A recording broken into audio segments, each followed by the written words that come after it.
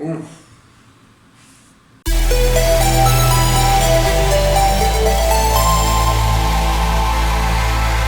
Greetings, Wanderer! This is Atlas here, and welcome to The Void. Today we're going to be breaking down a track from the video game Nier Automata. The track is called A Beautiful Song. This is an actual request by Ray Bauer, and he says, "Can I request you a song of the game Nier Automata? A beautiful song. I think you will like it." Well, thank you, Ray, for your request. I remember that when this particular video game came out, it was very present, in the press and so forth, and it has actually very good reviews overall, not only in the press, but also the people that play the game and so forth. It seems to be a video game that is very prominent, let's say, in among gamers, among the people that play video games. I've never played this game. I know that this is a console game, but probably it's a PlayStation game or something like that. But nevertheless, I am going to listen to the song and break it down and see if I can maybe make out a little bit of what the game is about based on the song. So, onward! Okay, Nier Automata.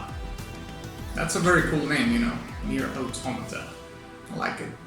Okay, A Beautiful Song. Boom.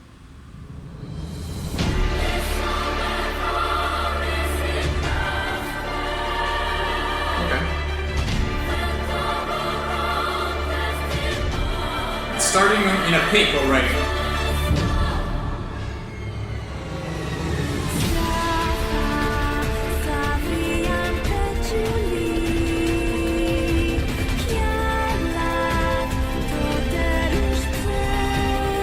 Have lyrics.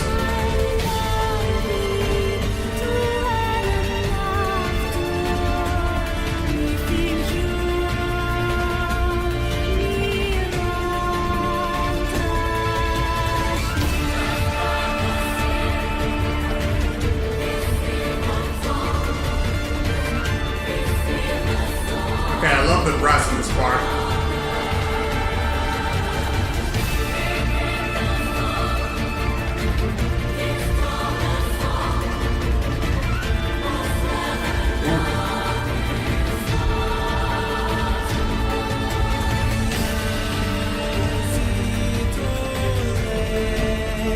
Oh, they have a male vocalist.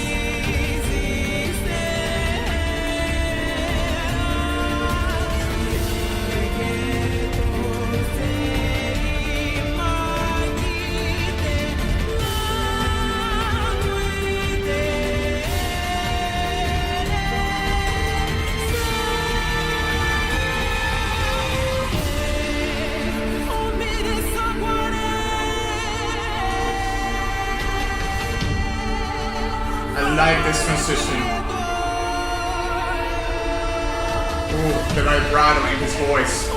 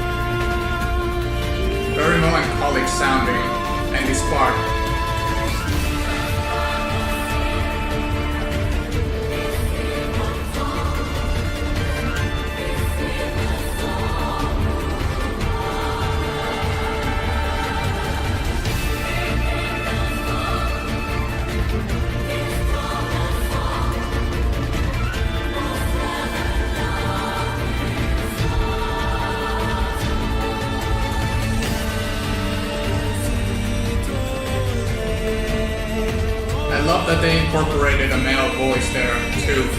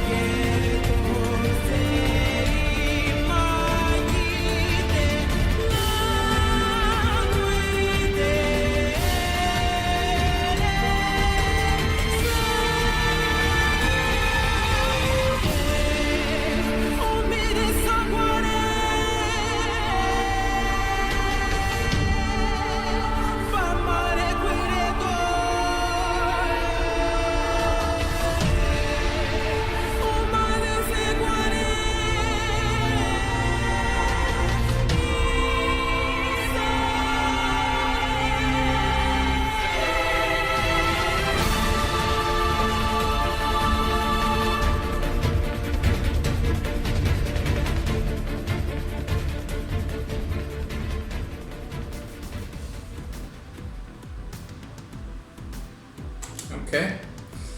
It ended it like in a fade out. I don't know if this song is incomplete or not, or it's basically a loop and that's where it loops. It doesn't seem to be the place where it loops, but I mean, if this is not the entire song, I apologize. This is the one I thought it would be the right track. But I think that I have enough material here to kind of dissect and evaluate what the song is about in terms of composition and give me a brief moment, because apparently there's lyrics to the song, which is something I welcome very much, because most of the songs that you will hear in a video game soundtrack are instrumental songs, but in this case it has vocals, but the vocals doesn't seem to be like gibberish or anything like that. It sounds like it actually has lyrics. So I'm gonna check if they have lyrics, if the song has lyrics. If it has, we're gonna break the lyrics too. But if not, we're going to jump right into the song itself.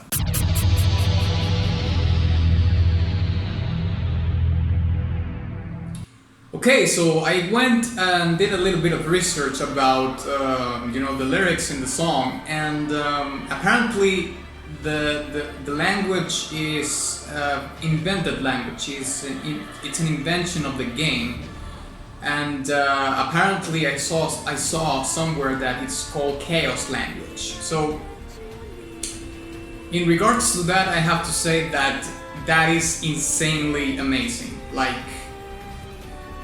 inventing a language for you to sing on a song for a video game, it's I mean, I've never heard anything like that before.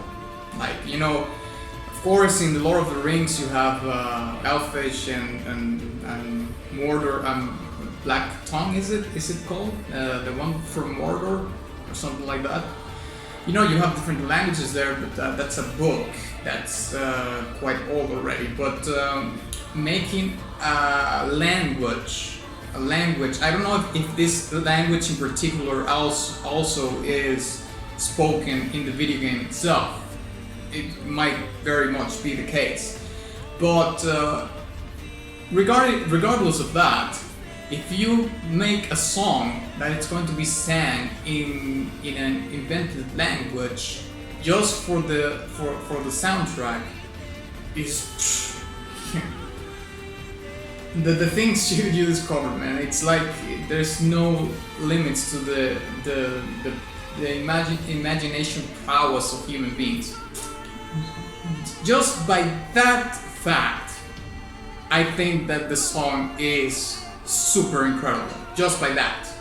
Now, I was trying to find an English translation for the song, but the thing is that I couldn't find any real, let's say, official or something that looked legitimately like an English translation from the actual track, because I saw in some web pages that there was an English translation for the song, but they were submitted by fans, so I don't really know if the song has an actual translation or not. so I'm gonna have to skip that part because I'm not really sure. So let's jump into the music itself, you know, the composition and the arrangements and so forth. Well, the first thing that I have to say about the song is that it's built on the foundation of epicness, right? Because right from the start, the song starts at its peak, or almost at its peak, because there's another part where you know, the strings and the brass and everything comes together to kind of make like a roller coaster, right? In which you're rising, and or I probably should say it's the opposite way, because those kind of parts in which you think the music is kind of rising, I would assume it's where you get to the top of the roller coaster and you start getting the rush of falling down the roller coaster. And once a transition is made, which is a period in which you would feel, you know, more of what's coming next, will be when the roller coaster starts to rise again. So yeah, let's say it's in that kind of a metaphorical way of saying it. The song starts at its almost at its peak, right? And then it comes to a transition in which comes the vocals and so forth. The female vocalist, beautiful voice, beautiful tone. The language is spoken in a way that it doesn't sound like alien, you know, which I find very interesting, because when I was listening to the song, I couldn't make out the language in which it was sang, but at the same time, I didn't think that it was so foreign or out of the blue that I thought, like, yeah, this doesn't sound like any language that it is spoken on planet Earth. You know what I mean? So in that regard, I think it's brilliant that they did that, because remember that it's not only how you speak the language, it's how you pronounce it, and maybe even the accent in which you pronounce the language, that gives a very, that can make light and day on how it is perceived by the listener. So the language itself feels very familiar. You know, when you hear the song, you know that it's not your language. And of course, researching about the chaos language and so forth, you definitely know that nobody speaks this language except maybe in the game. But at the same time, since it feels so familiar to the ear, like it's very pleasant, it doesn't sound so foreign, it actually welcomes you even more into the track because it sounds familiar. I thought that, you know, the percussion and the strings and everything is very well structured, let's say. The transitions and the way the music changes and all the different moods of the song are very well connected, because they are sometimes in real life, you know, melancholy can lead us to being euphoric, or then you are euphoric about something, but then you think about a memory or something like that and you become melancholic again. So in a mood sense or in an emotional sense, the track keeps a thread that very much keeps the music relevant to all those moods and all those emotions, because for example, in the part in which there's the female voice singing, to me it sounded very much like a melancholic part of the track, even though it was there was a lot going on in the percussion and so forth. But you know, in the scales and the chords that they were using, it sounds very much melancholic, even in the way the singer is performing the song. But then it comes to the peak again, right?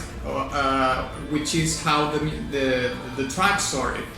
And then comes the male part, which I thought it was a fantastic addition or layer into the song, because it adds more variety.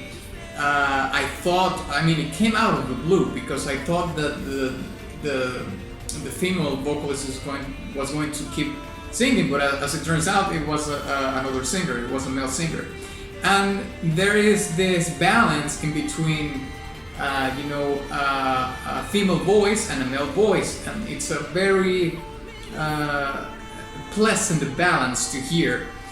Of course, given the nature of how a female voice and a male voice intrinsically are different because of genetic reasons and so forth, Of course, there's another layer on top of that, in which you need to find singers that, regardless of that fact, has a timbre and a tone of voice that complement each other, because it's not like you can get any female singer and any male singer and that balance it's going to be created. You have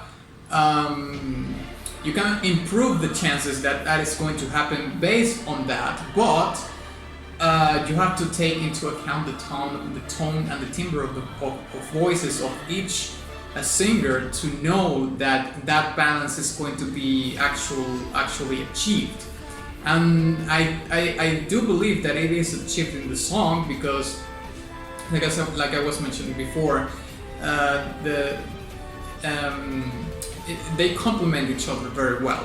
I did like a little bit more the male performance as a performance wise, because I like more the female voice, but I like the way the male performed the song better, because it had way more it added a little bit of flair to the melancholic element of the song in the way his vibrato sounded. I know it's kind of nitpicky and stuff like that, but there's sometimes you have to go deeper into the song to kind of dissect and understand where a little bit of more weight is put on, where you can actually say, okay, this particular part is a little bit, it's more true to the essence of the song in this particular part than in this one, because of this. And that's that's the part when I say that the male vocalist comes into action with his performance, because the vibrato in his voice complements perfectly that whole emotion that the song has. I think the song, as compositional wise and in arrangements and the instruments and so forth, is very well composed, very professional. I don't think, however, that is the highlight of the song. I think the highlight of the song is not only the made-up language or the chaos language. Let me know if there's another name, because that's the name I saw somewhere in Reddit or something like that. But not only that, of course, but the use of the female voice and the male voice, how they balance each other, and how the male performance achieved a little bit better, in my opinion, in his performance, the melancholic undertone of, well, it's not so much an undertone on the song, it's very much prominent along the song, but I think that's in his part it becomes a little bit of an undertone. But then when it becomes an undertone is when you it's easier for you to identify in the voice that's the thing that he needed to do for that undertone to be more prominent and not be perceived like it's under a rock or something like that, So yeah.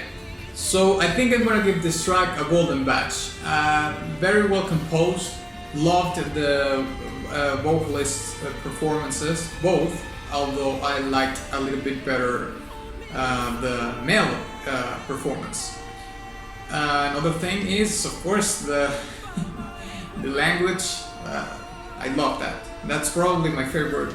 My favorite part, like creatively, my favorite part of the song was that. So yeah, it's gonna be a golden batch. It is a beautiful song indeed. It was surprising that it's called a beautiful song, because just by the title of the song, you would imagine it would be something more low key or something like that. But I didn't listen to the song having an expectation that was going to happen. But usually when you read a title like that, you would think that it was something more low key or something like that, you know. But well, it was a surprise. So surprise, it's always welcome. So thank you very much for watching this video. If you enjoyed it, please give it a like and share it with your friend.